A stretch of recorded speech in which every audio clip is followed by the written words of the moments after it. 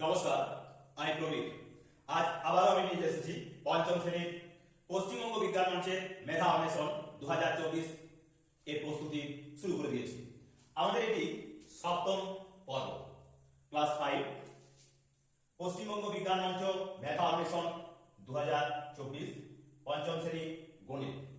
আমরা মূলত এই ত্রিনেত্র চ্যানেলের মাধ্যমে গণিত বিষয়ের যে সমস্ত আমাদের প্রশ্নগুলো বারে বারে আসছে সেই সমস্ত প্রশ্নের উত্তর আমরা তুলে ধরছি। মূলত এই গণিত থেকে 30 নম্বরের প্রশ্ন থাকে, যেখানে থাকছে সংক্ষিপ্তধর্মী মোট 15টি প্রশ্ন থাকে 3টি পার্টে, অর্থাৎ 3 রকমের প্রশ্ন ক্ষেত্রে থাকে। আর কোষের সমাধান থাকছে কখনো 3টি কখনো 5টি, মোট 15 নম্বর। অর্থাৎ আমাদের কোষের সমাধান করতে হবে 3 থেকে 5টি প্রশ্ন, অর্থাৎ 3টেও দিতে পারে আবার 5টাও দিতে পারে। 3টে দিলে 5 করে থাকবে, 5 3 15। আর যদি 5টা দেয় তাহলে থাকবে 3 নাম্বার করে প্রত্যেকটি প্রশ্নের মান 15 নাম্বার, মোট 30 নাম্বারের প্রশ্ন। তো আজকে পর্বে আমরা শুরু করব আমাদের সপ্তম পর্ব। এই পর্বে আমরা সেই 30 নাম্বারের সমাধান আজ আমরা তুলে ধরব। তার আগে আমি আমার প্রত্যেক ভিউয়ার্স তথা সচেতন অভিভাবক এবং প্রিয় ছাত্রছাত্রীদের বলবো, সম্পূর্ণ ভিডিওটা প্রতিদিনকার মতো আজকের ভিডিওটাও সম্পূর্ণরূপে দেখবে এবং সেই সঙ্গে লাইক কমেন্ট শেয়ার করবে। আর তার সাথে সাথে যারা নতুন তারা অবশ্যই চ্যানেলটাকে সাবস্ক্রাইব করবে। আর অবশ্যই ভিডিওগুলোকে নিয়ে অন্যান্য বন্ধু বান্ধবদের সঙ্গে আলাপ আলোচনা করো, তাহলে তোমাদের আরো বেশি এর সম্পর্কে নলেজ বৃদ্ধি পাবে এবং সেই সঙ্গে আমাদের ত্রিনেত্র চ্যানেল সম্পর্কেও আলোচনা করো। তো দেখো, আজ আমরা শুরু করছি আমাদের সপ্তম পর্ব। তো সপ্তম পর্বে প্রথমেই যে প্রশ্নটি রয়েছে, তো দেখো একের দাগে বা ফাঁক পূরণ করো, অর্থাৎ শূন্যস্থান পূরণ করতে হবে আমাদের। একের দাগে প্রশ্ন, শূন্যস্থান পূরণ করো বা ফাঁক পূরণ করো। কয়েকটা রয়েছে কি তা বলেছে লসাগু গুণ গসাগু, যে শূন্যস্থান রয়েছে লসাগুকে গসাগু দিয়ে গুণ করলে আমরা যেটা পাবো সেটা হলো কি না সংখ্যা দুটো গুণফল। তাহলে উত্তরটা হবে সংখ্যা দুটির গুণফল, সংখ্যা দুটির গুণফল, সংখ্যা দুটির গুণফল।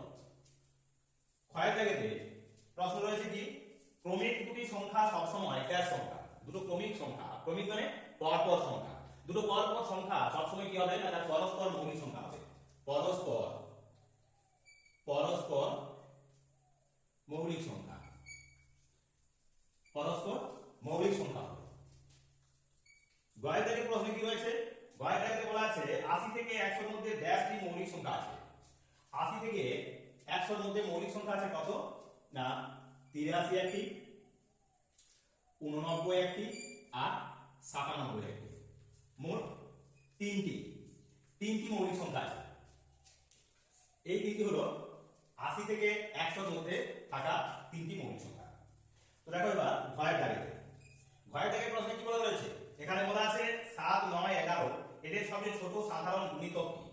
এদের সবচেয়ে ছোট সাধারণ গুণিতক হবে এই সংখ্যাগুলির গুণফল, 7 গুণ 9 গুণ 11 সমান সমান 7 9 63, 63 গুণ 9 সমান 63 গুণ 11, গুণ করলে পাবো আমরা 11 3 33, 11 6 66 আর 3 হবে 69, অর্থাৎ 693। 693 হলো আমাদের এই ঘয়ের দাগের প্রশ্নের উত্তর, অর্থাৎ সবচেয়ে ক্ষুদ্রতম এই তিনটি সংখ্যার গুণিতক হবে 693। এবার মোট দাগের অঙ্ক, মোট দাগে কি বলা আছে না এখানে বলা আছে 4 0 0 2 5 0 এগুলি দিয়ে গঠিত 6 অঙ্কের ক্ষুদ্রতম সংখ্যাটি হলো, সংখ্যাটা কি হবে না এক্ষেত্রে সংখ্যাটি হবে 2 0 0 0 4 5, 2 0 0 2 0 0 0 4 5। এই হলো আমাদের এই পর্বের 30 নম্বর প্রশ্নের মধ্যে প্রথম এই 5 নম্বর প্রশ্নের উত্তর আমরা সমাধান আকারে তুলে ধরলাম। এবার আরো 25 নম্বরের সমাধান আমরা তুলে ধরবো। তার আগে আবারও আমি সকলকে বলবো অবশ্যই সম্পূর্ণ ভিডিওটা দেখো এবং সেই সঙ্গে লাইক কমেন্ট এবং শেয়ার করো। মনে রাখবে এই রকম প্রশ্ন আবার এই প্রশ্নগুলোই পড়ে যেতে পারে, তাহলে তোমরা কিন্তু যদি সম্পূর্ণ ভিডিওটা দেখো তাহলে সম্পূর্ণরূপে তোমরা এই পঞ্চম শ্রেণীর যে মেধা অন্বেষণ 2024 এর পরীক্ষা অক্টোবরে হতে চলেছে তাতে ভালোভাবে উত্তীর্ণ হবে এবং ভালো নাম্বার পেতে হবে। তো চলো এবার আমরা চলে যাবো আমাদের এই পর্বের দুইয়ের দাগের অঙ্কে। দুইয়ের দাগের কি রয়েছে না, দুইয়ের দাগেতে বলা রয়েছে যেটি ঠিক তার তলায় দাগ দাও। অর্থাৎ আমাদের এক্ষেত্রে যে সমস্ত অপশনগুলো দেওয়া আছে সেখান থেকে আমাদের সঠিক উত্তরটাকে বেছে নিতে হবে। তো দেখো আমরা কিভাবে এর সমাধান করব। প্রথমে এই যে প্রশ্নটি রয়েছে সেখানে কি বলা আছে, এখানে বলা আছে 7 কিগ্রা 5 ডেকাগ্রা। এরকম ধরনের প্রশ্ন থাকলে আমাদের প্রথমে এদেরকে দুঃখিত এটা কোন চলে এসেছিল। তো দেখো এবার আমরা তাহলে কয় জায়গায় অঙ্ক সমাধান করব কি না, 7 কিগ্রা 5 ডেকাগ্রা এদের সব সময় আমরা কি করে নেব না কিগ্রাতে পরিণত করে নেব। তাহলে এখানে 7 কিগ্রা আর 5 ডেকাগ্রা সমান সমান আমরা লিখতে পারি কি না, সমান সমান আমরা লিখব 7 কিগ্রা মানে 7 দশমিক কিগ্রার পরে কিলোগ্রাম, তারপরে হেক্টোগ্রাম, তারপরে ডেকাগ্রাম, অর্থাৎ হেক্টো আর ডেকা। অর্থাৎ এটা পুরোটা হবে কি এত কিগ্রা। অর্থাৎ ডেকাগ্রাকেও আমরা কিগ্রাতে পরিণত করে নিলাম, অর্থাৎ 7.05 কিগ্রা। তো এখানে অপশনগুলো দেওয়া রয়েছে, একের দাগের অপশনে আছে 75 ডেকাগ্রা। তো দেখো যদি এটা ডেকাগ্রা হতো আমরা দশমিকটা তুলে দিতাম তাহলে 705 ডেকাগ্রা, তাহলে ডেকাগ্রা হবে না, অর্থাৎ একের দাগের অপশনটা হবে না। দুইয়ের দাগের অপশনে বলা রয়েছে কি 0.75 কিগ্রা, কিগ্রা তো আমরা বাদ করে নিয়েছি 7.05 কিগ্রা, তাহলে দুইয়ের দাগের অপশনটা হবে না। এবার রয়েছে 0.0705 কুইন্টাল। তো একে আমরা কিগ্রাকে আমরা কুইন্টালে পরিণত করব। 1 কুইন্টাল সমান সমান 100 কিগ্রা, তাই একে 100 দিয়ে ভাগ করব। 100 দিয়ে ভাগ করলে কত হবে না, এখানে আছে দশমিক, আরো দুই ঘর বাঁ দিকে চলে আসবে, অর্থাৎ 0.0705 এটা হলো কুইন্টাল। তাহলে এখানে এই অপশনটা পাচ্ছি, এখানে রয়েছে কি হ্যাঁ এই অপশনটা আছে, অর্থাৎ তিনের দাগের অপশনটা হবে এক্ষেত্রে সঠিক উত্তর। তাহলে এই কয়েক দাগের প্রশ্নের উত্তর হয়ে গেল। এবার ক্ষয় দাগের প্রশ্নে কি বলা আছে, এখানে বলা রয়েছে বৃত্তের বৃহত্তম যে সবসময় আমরা জানি কি না ব্যাস। এখানে কোন অপশনটা রয়েছে, তাহলে এখানে যে অপশনটা রয়েছে সেটা হলো দুইয়ের দাগের অপশন, অর্থাৎ দুইয়ের দাগের অপশনটা হবে সঠিক উত্তর। এবার গয়ের দাগের প্রশ্নে কি বলা আছে, এখানে রয়েছে সমকোণী ত্রিভুজের সমকোণের বিপরীত বাহু। সমকোণের যে বিপরীত বাহু সেটা হবে কি না সবসময় অতিভুজ, তাহলে অতিভুজ। এই সমকোণী ত্রিভুজ যদি হয়, এটা যদি 90 ডিগ্রি হয় তাহলে এটা হবে তার অতিভুজ। অর্থাৎ কোন অপশনটা হচ্ছে এক্ষেত্রে অপশন 3। এবার ঘয়ের দাগে কি বলা আছে 2.4 ঘন্টা সমান কত ঘন্টা কত মিনিট, 2.4 ঘন্টা সমান সমান 2 ঘন্টা, এবং এই 0.4 এই ঘন্টাকে আমরা মিনিট করে নেবো 60 দিয়ে গুণ করে, সমান 6 4 24 240, শূন্য বসে গেল একটার পর দশমিক, তাহলে কত বের হচ্ছে, তাহলে লিখব 2 ঘন্টা আর 24 মিনিট। 2 ঘন্টা 24 মিনিট। তো 2 ঘন্টা 24 মিনিট কোন অপশনে রয়েছে না, এক্ষেত্রে আমরা দেখতে পাচ্ছি 4 এর দাগের অপশন, অর্থাৎ এটা হবে আমাদের 4 এর দাগের অপশন সঠিক। এবার এই পর্বের এই 2 এর দাগের কোন অঙ্ক কি বলছে, কোন অংশটি বৃহত্তম, 3/4, অর্থাৎ 3 এর 4 নাকি 77% মানে 77 এর 100, 77% এর পরিবর্তে আমরা লিখলাম। আর কি আছে 0.79 মানে 7 এর 79/100। আরেকটা সংখ্যা আছে কি না 4 এর 5 অংশ, 4 এর 5। এখন দুটো ভগ্নাংশ আমরা সমস্তগুলোকে ভগ্নাংশ করে নিয়েছি, এটা ছিল পার্সেন্টে, এটা ছিল দশমিকে, আমরা সমস্তটাই কি করেছি না ভগ্নাংশ করে নিয়েছি। এখন প্রত্যেকটাকে 100 দিয়ে গুণ করছি, 100 দিয়ে গুণ দেব, 100 দিয়ে গুণ, তাহলে 100 100 কেটে গেল সমান সমান 79 এটা, 100 100 কেটে গেল সমান 77 এটা, 4 25 এ 100 সমান 25 3 75 হবে এটা, 5 20 সমান 20 4 80 হবে এটা। তাহলে কি চেয়েছে কোনটি বৃহত্তম সবচেয়ে বড়, এখানে 80, এখানে 75, এখানে 77, এখানে 79, 80 মানে মূল ভগ্নাংশটা ছিল 4 এর 5, তাহলে 4 এর 5 হবে এক্ষেত্রে বৃহত্তম, 4 এর 5 হবে বৃহত্তম। 4 এর 5 কোন এক্ষেত্রে কোন অপশনটি হবে, তাহলে এক্ষেত্রে 4 এর অপশনটি। অর্থাৎ আমাদের এই 2 এর দাগে যে অত্যন্ত গুরুত্বপূর্ণ 5টি অঙ্ক তার সমাধান আমরা এখানে করলাম, অর্থাৎ আরো 5 নাম্বার অঙ্কের সমাধান আমরা করেছিলাম, অর্থাৎ মোট 10 নম্বরে আমরা সমাধান করে দিয়েছি। তো চলো এবার আমরা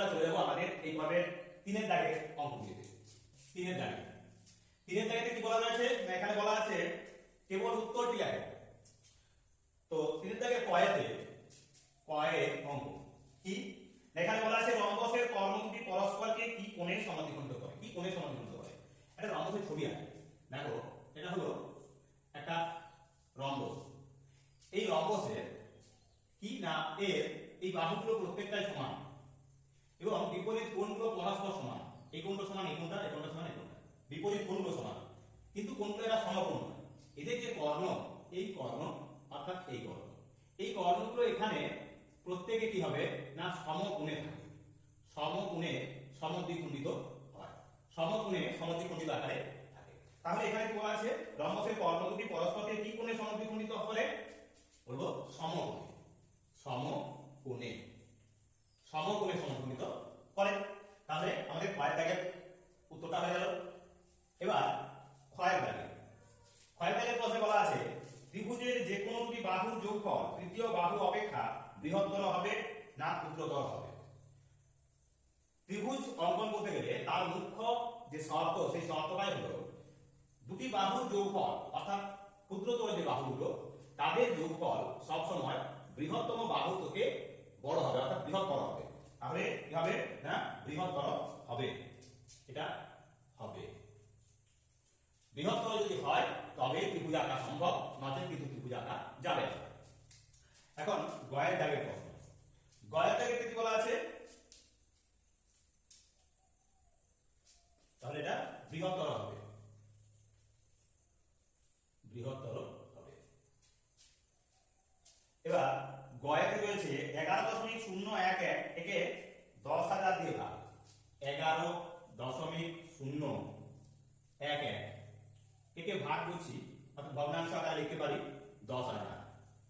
তাহলে এখানে চারটে শূন্য আছে অর্থাৎ 4 ঘর আরো দশমিকটা বাড়াতে চলে যাবে, এখানে দুটো ঘর পাচ্ছি তাহলে আরো দুটো ঘর চাই অর্থাৎ 0.0011 এই হবে এর উত্তর। তো এখানে আমরা 4 ঘর, যেহেতু চারটে শূন্য ছিল তাই 4 ঘর আরো বাড়িতে চলে গেছে, দশমিক ছিল এখানে, এখান থেকে 1 ঘর 2 ঘর 3 ঘর 4 ঘর এখানে চলে এসেছে। তো দেখো এবার ভয়ের দাগে অঙ্ক, ভয়ের দাগে কি বলছে না, এখানে বলেছে 5 ভাজিত 5 ভাজিত 5 ভাজিত 5 ভাজিত 5 ভাজিত 5, অর্থাৎ এখানে 5টা 5 আছে।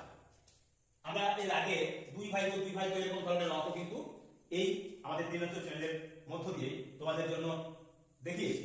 আজ আমরা এই অঙ্কগুলো করব কি না, সেক্ষেত্রে একটা 5 প্রথম 5কে উপরে রাখলাম, বাকি যে 4টে 5 তাদেরকে গুণ আকারে নিচে রেখে দেবো, একটা দুটো তিনটে 4টে আর উপরে একটা 5টা আছে।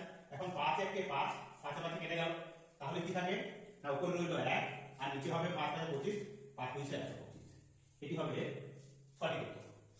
তো এই গেল ঘয়ের দাগে অঙ্ক। এবার উতে বলা আছে এক বর্গ কিমি ক্ষেত্রফল বিশিষ্ট বর্গাকার মাঠের পরিসীমা কত। আমরা কি জানি ক্ষেত্রফল যদি দেওয়া থাকে তাহলে বর্গক্ষেত্রে ক্ষেত্রফল দেওয়া থাকে তার বাহু কি হবে না বাহু সমান ক্ষেত্রফলের বর্গমূল, অর্থাৎ এখানে যেহেতু দেওয়া আছে 1 বর্গ কিমি তাহলে তার বাহু হবে, তাহলে বাহু সমান 1 কিমি, 1 কিমি। তাহলে পরিসীমা কি চেয়েছে না পরিসীমা, তাহলে পরিসীমা কি হবে, অতএব পরিসীমা বলবো সমান সমান 4 গুণ বাহু মানে 1, 4 গুণ 1 কিমি সমান সমান 4 কিমি। তাহলে পরিসীমা হবে এক্ষেত্রে ওই বর্গক্ষেত্রটির পরিসীমা হবে 4 কিমি। তো এই হলো আরো 5টি প্রশ্নের 5 নম্বরের উত্তর আমরা আমাদের এখানে তৈরি করে দিলাম। এবার বাকি রইল কোষের সমাধান, যে 3 5 15 নাম্বার, সেই 15 নম্বরের সমাধান আমরা এখানে তুলে ধরবো। অর্থাৎ নিচের অঙ্কগুলি কোষে দেখাও, 4 থেকে যে অঙ্কগুলি রয়েছে সেই অঙ্কগুলি। তার আগে আবারও আমি আমার সকল ভিউয়ার, সকল অভিভাবক এবং সেই সঙ্গে প্রিয় ছাত্রছাত্রীদের বলবো, বাইরে প্রচন্ড গরম তা সত্ত্বেও তোমাদের সুবিধার্থে আমরা কিন্তু ভিডিওগুলো করে যাচ্ছি। আমরা চেষ্টা করেছিলাম যে 14টা ভিডিও, কিন্তু আমরা দেখলাম যে না আরো বেশ কিছু প্রশ্ন যদি তুলে ধরা যায়, তো সেই জন্য প্রায় 25টি ভিডিও তোমাদের জন্য আমি তৈরি করে দেবো। যে 25টা ভিডিও সম্পূর্ণরূপে যদি তোমরা দেখো তাহলে আর কোনো ভিডিও বা আর কোনো অঙ্ক করবার কিন্তু প্রয়োজন পড়বে না। এই অঙ্কগুলোর মধ্য থেকে তোমরা একদম 100 কিন্তু কমন পাবে। তো সেই কারণে বলবো সম্পূর্ণ ভিডিওগুলো দেখবে, লাইক কমেন্ট শেয়ার করবে এবং সেই সঙ্গে তোমাদের কোনো প্রশ্ন অভাব অভিযোগ থাকলে কমেন্ট বক্সে অবশ্যই লিখে যাবে। তো সেই কারণে বলবো সম্পূর্ণ ভিডিওটা দেখতে থাকো। এবার আমরা চলে যাব কোষে যে সমাধান করার অঙ্কগুলো রয়েছে 15 নম্বরের জন্য সেই 5টি অঙ্ক। চলো 4 দাগের প্রশ্ন আমাদের বলা আছে যে নিচের অঙ্কগুলি কোষে দেখাও। মোট 5টি প্রশ্ন দেওয়া আছে, 5টি প্রশ্নের উত্তর করতে হবে, 3 নাম্বার করে আছে, মোট 15 নাম্বার। তো সম্পূর্ণ ভিডিওটা দেখো, তাহলে 15 নাম্বার সংক্ষিপ্ত ধর্মী যে প্রশ্নগুলো তার উত্তর যেমন তোমরা পেয়ে গেছো, ঠিক একই রকম ভাবে এই কোষে দেখি বা নিচের অঙ্কগুলো কোষে দেখাও যে অঙ্কগুলো রয়েছে তার থেকে 15 নাম্বার পেতে হলে কিভাবে অঙ্কগুলো করতে হবে, ভালোভাবে করতে হবে, তারপর সমাধান করতে হবে। তো দেখো কয়েক দাগের অঙ্ক, কয়েক দাগের অঙ্ক কি বলা রয়েছে? বলা রয়েছে রোহিতদের খেলার মাঠটির দৈর্ঘ্য 125 মিটার, প্রস্থ 80 মিটার। মহিলাদের খেলার মাঠটির দৈর্ঘ্য 120 মিটার, প্রস্থ 85 মিটার। তাহলে কাদের মাঠটি বড়, কত বড়? এরকম ধরনের অঙ্ক কিন্তু আমরা 6টা পর্বেতেই তোমাদের করে দিয়েছি। এই আমাদের সপ্তম পর্ব, এই সপ্তম পর্বতে এই অঙ্কটা আমি আবার করে দিচ্ছি। তো দেখো এটা ধরো একটা মাঠ, খেলার মাঠ, আর এই একটা খেলার মাঠ। এখানে দুটো খেলার মাঠ আছে। তো এখানে এই রোহিতদের যে খেলার মাঠ সেটা হলো 125 মিটার লম্বা আর 80 মিটার চওড়া। আবার মহিলাদের খেলার মাঠটি 120 মিটার লম্বা, 120 মিটার লম্বা আর 85 মিটার চওড়া, 85 মিটার। এখন এই আয়তক্ষেত্রার মাঠটুকুর কে বড় কে ছোট নির্ণয় করতে হলে আমাদের কি করতে হবে? না এদের ক্ষেত্রফল বার করতে হবে।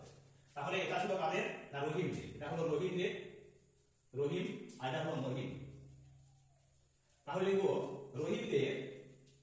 রহিমদের মাঠটির ক্ষেত্রফল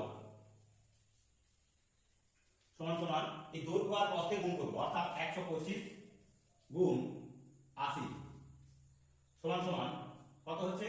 8 5 40, 8 8 2 16, 16 আর 4 20, 0 আর হলো 2, 8 1 8 আর 2 হবে 10। সেই সঙ্গে এই শূন্যটা বসে যাবে, অর্থাৎ এই 10,000 বর্গ মিটার, 10,000 বর্গ মিটার হবে এই রোহিতদের মাঠটির ক্ষেত্রফল। এখন মহিলাদের মাঠটির ক্ষেত্রফল বার করব। মহিলাদের মাঠটির ক্ষেত্রফল সমান সমান লিখব কত? না 120 গুণ এই 120 গুণ 85 সমান সমান কি হবে? তাহলে 12 দিয়ে গুণ করছি এখন 85 কে। 12 5 60 0, 12 8 96, 96 আর 6, 12 5 60, 6 ছিল, 12 8 96, 96 আর 6 হবে 102, 102। এবার এই শূন্যটা বসে গেল, তার মানে 10,200 বর্গ মিটার। তাহলে এটা হলো 10,000 বর্গ মিটার, অর্থাৎ রহিমদের যে খেলার মাঠটি আর মহিলাদের খেলার মাঠটি হবে 10,200 বর্গ মিটার। তাহলে কাদের মাঠটি বড়? না এক্ষেত্রে আমরা দেখতে পাচ্ছি যে মহিলাদের খেলার মাঠটি বড়। তাহলে লিখব অতএব মহিলাদের খেলার মাঠটি বড়। এবার কত বড়? না মাঠটি এই 12 এটা কত আছে? না 10,200 বিয়োগ 10,000 বর্গ মিটার সমান সমান 200 বর্গ মিটার বড়, 200 বর্গ মিটার বড়। তো এই হলো আমাদের এই কোষে সমাধানের যে 5টি অঙ্ক তার প্রথম অঙ্কের সমাধান। এই রূপে অঙ্কটাকে আমরা যত সংক্ষেপে করা যায় তোমরা সেইভাবে আমি সংক্ষেপে সমাধান করে দিয়েছি। তোমরা যদি অন্য কোনো বিকল্প পদ্ধতি করতে চাও করতে পারো, কিন্তু আমার মনে হয় না যে এর থেকে আর কোনো সহজে তোমরা করতে পারবে, কারণ কোষে সমাধান করে দেখাতে হবে। তো এইগুলো আমাদের এই পর্বের কয়েক দাগের অঙ্কের সমাধান। তো চলো এবার আমরা চলে যাবো আমাদের ক্ষয়ের দাগের অঙ্কে। এবার ক্ষয়ের দাগের অঙ্ক কি বলছে? 75 লিটার কেরোসিন ও 125 লিটার পেট্রোল সমান মাপের টিনে এমন ভাবে ভর্তি করে রাখতে হবে যাতে 2 প্রকার তেল মিশে না যায়। তাহলে কমপক্ষে কতগুলি টিন লাগবে, প্রতিদিনে কত লিটার তেল করবে? তাহলে একটা আছে 75 লিটার আর একটা আছে 125 লিটার। এরকম ধরনের অঙ্ক কিন্তু আমরা গত পর্বগুলির মধ্যে দুবার করে দিয়েছি। তো দেখো তাহলে এক্ষেত্রে এই 75 লিটার কেরোসিন তেল এবং 125 লিটার যে পেট্রোল, তাহলে কমপক্ষে কত, মানে এক একটা টিনে কত তেল ধরবে এটা বার করতে গেলে আমাদের কি করতে হবে? গসাগু করতে হবে। অর্থাৎ এই 75 এবং 125 এদের গসাগু গসাগু এদের গসাগু করলে কি হবে দেখো 75 আর 125 5 দিয়ে গেল 5 15 75 5 দিয়ে গেলে 5 25 এ 125 আবার 5 দিয়ে গেল 5 3 15 5 5 এ হবে 25 আর যাচ্ছে না তার মানে 5 গুণ 5 তাহলে গসাগু সমান সমান 5 গুণ 5 সমান সমান 25 তাহলে গসাগু পেলাম আমরা 25 এখন এই গসাগু হবে কি না তাদের মানে এক একটা টিনে থাকা তেলের পরিমাণ তাহলে প্রতি টিনে কত লিটার তেল ধরবে সেটার উত্তর হবে এটা অতএব প্রতি টিনে তেল ধরবে সমান সমান 25 লিটার করে 25 লিটার করে তেল ধরবে এখন মোট কতগুলো ধরে টিন লাগবে এটা তার আগেই বলেছিল তাহলে কমপক্ষে কতগুলো টিন লাগবে তাহলে টিন লাগবে দেখো এই 75 লিটার যে কেরোসিন তেল তার জন্য লাগবে কত না 75 তাহলে টিন লাগবে না লিখবো আমরা টিন লাগবে সমান 75 কে আমরা এই 75 কে 25 দিয়ে ভাগ করব বাই 25 যোগ 125 কে আমরা কারণ 25 লিটার করে রাখবো তাহলে 125 কেও 25 দিয়ে ভাগ করব সমান সমান কত হচ্ছে 25 3 75 অর্থাৎ 3 যোগ 25 5 এ 125 5 সমান 8টি টিন লাগবে 3টে লাগবে কেরোসিনের জন্য আর 5টা লাগবে তাহলে আমাদের পেট্রোল রাখার জন্য তাহলে মোট 8টি তো এই হলো আরো একটি অঙ্কের সমাধান অর্থাৎ ক্ষয়কারী অঙ্কের সমাধান তার মানে আমরা কোষে সমাধান করি 6 নম্বরের উত্তর তোমাদের সম্পূর্ণ করলাম এইভাবে অঙ্কগুলো আমরা করতে থাকবো তোমরা দেখো সম্পূর্ণরূপে তাহলেই তোমরা আগামী দিনে পরীক্ষা হলে অবশ্যই এরকম ভাবেই করে আসতে পারবে তো চলো এবার আমরা চলে যাবো গয়ের দাগে 4 দাগে গয়ের কি বলছে রামবাবু 3 মাসের আয় দিয়ে 4 মাসের সংসার খরচ চালান অর্থাৎ 3 মাসে তিনি যা রুজি রোজগার করেন তা দিয়ে 4 মাস তার চলে যায় তার মাসিক খরচ হচ্ছে 15,000 টাকা মানে প্রত্যেক মাসে তিনি খরচ করেন 15,000 টাকা তাহলে রামবাবুর বছরে সঞ্চয় কত মানে কত টাকা জমবে এটা চাইছি তো আমরা কি বলবো তার মানে বলবো যে 4 মাসের সংসার খরচ চালান 3 মাসের আয় দিয়ে 4 মাসের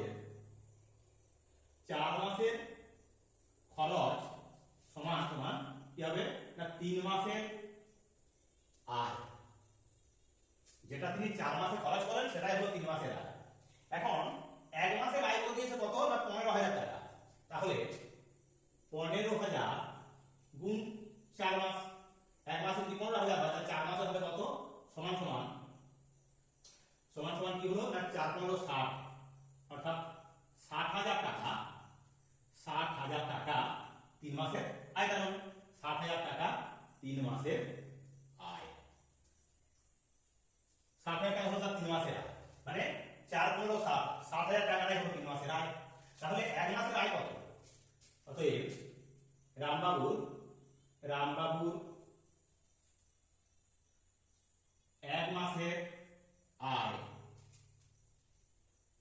সমান 60,000 ভাজিত কি না 3 অর্থাৎ 3 20 60 তার মানে 20,000 টাকা তাহলে 20,000 টাকা তিনি আয় করছেন প্রত্যেক মাসে আর ব্যয় করছেন প্রত্যেক মাসে বলে দেওয়া আছে মানে খরচ করছেন কত প্রত্যেক মাসে তার খরচ বলা আছে মাসিক খরচ 15,000 টাকা তাহলে সঞ্চয় কত হবে অতএব সঞ্চয় সমান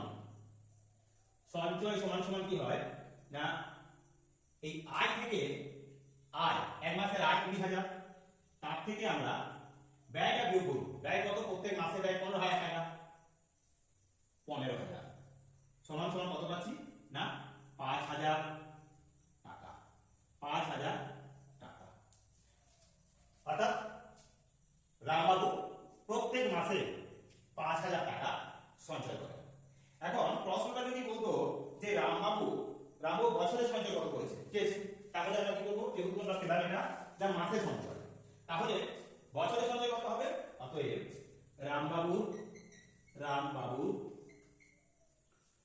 বছরে সঞ্চয় সমান এটা 5,000 সেই 5,000 গুণ 12 সমান 5 12 60 মানে 60,000 টাকা তাহলে রামবাবু বছরে 60,000 টাকা সঞ্চয় করে। তো এই হলো অত্যন্ত গুরুত্বপূর্ণ আরো একটি অঙ্কের অর্থাৎ কোষে সমাধানের অঙ্কের সমাধান। এরকম ভাবে সমাধান করলে তোমরা সম্পূর্ণ নাম্বার পেয়ে যাবে। তো এরকমই আরো গুরুত্বপূর্ণ দুটো অঙ্ক রয়েছে এই পর্বে, তাহলেই আমাদের পর্বটা সারা হবে। তাই সম্পূর্ণ ভিডিওটা দেখো, আর সেই সঙ্গে অবশ্যই ভিডিওটাকে লাইক, কমেন্ট, শেয়ার করো। আর যারা নতুন, যারা আমাদের ভিডিওগুলো দেখছো, আমরা দেখতে পাচ্ছি বা দেখছি আমরা, কিন্তু তোমরা সাবস্ক্রাইব করছো না, মনে রাখবে সাবস্ক্রাইব করে রাখলে আগামী দিনে এরকমই গুরুত্বপূর্ণ ভিডিও কিন্তু সবার আগে তোমাদের কাছে নোটিফিকেশনের মাধ্যমে পৌঁছে যাবে। তো সেই কারণে অবশ্যই চ্যানেলটিকে সাবস্ক্রাইব করো। তো চলো এবার আমরা চলে যাবো ভয়ের কাজে। ভয়ের কাজে আমাদের কি বলেছে, এখানে বলেছে একটি বাসের 1/8 কাদায়, 1/2 জলে, বাকি 15 ফুট জলের উপরে, তাহলে বাসটির মোট কত ফুট লম্বা? তাহলে সম্পূর্ণ বাসটি সমান সমান আমরা 1 অংশ ধরে নেব। তাহলে সমস্ত বাস সমান 1 অংশ। এখন এই 1 অংশ বাসের মধ্যে জলে এবং কাদায় আছে কত? জল যোগ কাদা সমান সমান জলে আছে 1/8 অংশ, 1/8, আর কাদায় আছে কত? 1/2 অংশ। লসাগু করলে হবে কত? এত অংশ সমান সমান 8 হলো লসাগু। 8 কে 8 মানে 1 যোগ 2 4 1 মানে 4 সমান 5/8 অংশ। তাহলে জলে এবং কাদায় আছে 5/8 অংশ। তার মানে বাকি অংশটা কোথায় আছে? না, জলের উপরে আছে। অতএব জলের উপরে আছে সমান সমান সমস্ত অংশ 1, তাহলে 1 অংশ থেকে আমরা এই 5/8 অংশ এখন বিয়োগ দেব। সমান সমান লসাগু হবে 8, 8 কে 8 বিয়োগ 5, 8 কে 8 বিয়োগ 5 সমান 3/8 অংশ। 3/8 অংশ তাহলে কোথায় আছে? না, জলের উপরে আছে। কিন্তু প্রশ্নে বলা হয়েছে কি যে বাকি 15 ফুট জলের উপরে, তার মানে 3/8 অংশ সমান হলো 15 ফুট। তাহলে লিখব কি? সত্যের বা আমরা লিখতে পারি ভাবে 3/8 অংশ, 3/8 অংশ সমান সমান 15 ফুট। অর্থাৎ 1 অংশ সমান সমান এই 15 গুণ দেব 3/8 হয়ে যাবে 8/3, 8/3। 3 দিয়ে কাটাকাটি করলে 3 5 15 সমান সমান 5 8 40 ফুট, 40 ফুট। তাহলে বাসটির মোট দৈর্ঘ্য হবে কত? না, 40 ফুট। অর্থাৎ 40 ফুট বাসের তাই হলো 1 অংশ। তার 1/8 অংশ ছিল জলে আর কাদায় ছিল 1/2 অংশ। আমরা এভাবে সমাধান করলাম। এই জলে এবং কাদায় যোগ করে নিয়ে 1 অংশ থেকে সম্পূর্ণ অংশ থেকে বিয়োগ দিলাম, যেটা বিয়োগফল সেটাই হলো ওই বাসটির জলের উপরে থাকা অংশের দৈর্ঘ্য। তার মানে হলো 15 ফুট। তাহলে 3/8 অংশ সমান সমান 15 ফুট, 1 অংশ সমান পেলাম আমরা 40 ফুট। তো চলো এবার আমরা চলে যাব এই পর্বের গুরুত্বপূর্ণ একটি অঙ্ক, অর্থাৎ শেষের অঙ্ক, অর্থাৎ কি না সরল উমদ্দাগের অঙ্ক। তো চলো সম্পূর্ণ ভিডিওটা উমদ্দাগের অঙ্ক। উমদ্দাগের কি রয়েছে না, এখানে রয়েছে সরল করো। বলেছে 16 ভাজিত তৃতীয় বন্ধনী 9 বিয়োগ দ্বিতীয় বন্ধনী 5 বিয়োগ প্রথম বন্ধনী, তার আগে আছে 2, তারপর প্রথম বন্ধনী। এবার রয়েছে 2 বিয়োগ 1 রেখা বন্ধনীর ভিতরে আছে, যোগ 1 প্রথম বন্ধনী শেষ, দ্বিতীয় বন্ধনী শেষ, তৃতীয় বন্ধনী শেষ। তো এই ক্ষেত্রে এই সরল অঙ্কটির ক্ষেত্রে আমাদের প্রথমে বন্ধনীর কাজ করতে হবে। বদমাসের যে নিয়ম সরল অঙ্কের ক্ষেত্রে, সেখানে আমাদের বন্ধনীর কাজ আগে। এবার কোন বন্ধনীর কাজ আগে? রেখা বন্ধনীর কাজ সবার আগে, তারপর প্রথম বন্ধনী, তারপর দ্বিতীয় বন্ধনী, তারপর তৃতীয় বন্ধনী। তো এখন এই বন্ধনীটির কাজ অর্থাৎ এই রেখা বন্ধনীটির কাজ আমরা আগে করব। 2 থেকে 1 বিয়োগ মানে 1 হবে। তাহলে এখানে যা আছে তাই লিখে যাব। 16 ভাজিত তৃতীয় বন্ধনী 9 বিয়োগ দ্বিতীয় বন্ধনী 5 বিয়োগ 2 প্রথম বন্ধনী, তাহলে 2 থেকে 1 চলে গেলে 1 যোগ 1 প্রথম বন্ধনী শেষ, দ্বিতীয় বন্ধনী শেষ, তৃতীয় বন্ধনী শেষ সমান সমান 16 ভাজিত তৃতীয় বন্ধনী 9 বিয়োগ দ্বিতীয় বন্ধনী 5 বিয়োগ 2। এখানে এই বন্ধনী এবং এই 2 এর মাঝে কোনো চিহ্ন নেই, তার মানে হবে এখানে a, এটা হবে a। 2 এর সঙ্গে 1 এর সঙ্গে 1 যোগ করলে হবে 2। এবার দ্বিতীয় বন্ধনী শেষ, তৃতীয় বন্ধনী শেষ সমান সমান কি হবে না, এখানে তাহলে দ্বিতীয় বন্ধনীর কাজ করব। 2 এর 2 মানে 2 কে 2 দিয়ে গুণ সমান সমান 4 হয়। এর মানে গুণ এখানে 4। তাহলে 16 ভাজিত তৃতীয় বন্ধনী 9 বিয়োগ দ্বিতীয় বন্ধনী 5 বিয়োগ 4, দ্বিতীয় বন্ধনী শেষ, তৃতীয় বন্ধনী শেষ, সমান 16 ভাজিত, এখানে আমরা তৃতীয় বন্ধনী দেব। এবার কি হবে না 9 বিয়োগ 5 থেকে 4 চলে গেলে থাকে 1, তৃতীয় বন্ধনী শেষ, সমান সমান তাহলে কি হচ্ছে 16 ভাজিত 16 ভাজিত, এখন 9 থেকে 1 চলে গেলে থাকে 8। এবার 16 কে 8 দিয়ে ভাগ দেওয়া মানে সমান সমান কত হবে 8 দিয়ে 16। তো এই হলো এর উত্তর। তার মানে আমাদের উমদ্দারের উত্তরটিও কমপ্লিট হয়ে যাবে। এইভাবে আমরা এই সরল অঙ্ক অর্থাৎ বদমাসের নিয়ম অনুসারে আমরা কিন্তু সরল অঙ্কগুলির সমাধান করব। তো এইভাবে এই কোষের সমাধান যে 5টি অঙ্ক 5 থেকে 15 এবং 1 থেকে 3 এর দাগের মধ্যে 15টি সংক্ষিপ্ত হবে প্রশ্নের উত্তর আমরা ধাপে ধাপে তোমাদের এই পর্বে মোট 30 নম্বরের পূর্ণমান নিয়ে যে অঙ্কগুলি ছিল তা সম্পন্ন করে দিলাম। অর্থাৎ 7 আমাদের এই পর্বের যে অঙ্কগুলি অর্থাৎ 3 5 15টি এবং 5 এবং 20টি প্রশ্নের উত্তর আমরা তুলে ধরলাম। যারা এতক্ষণ ধরে আমাদের সঙ্গে ছিলেন এইভাবে আমাদের সঙ্গে 14টা করেছিলাম ভিডিও, আমরা তোমাদের 25টি ভিডিও তুলে দেবো।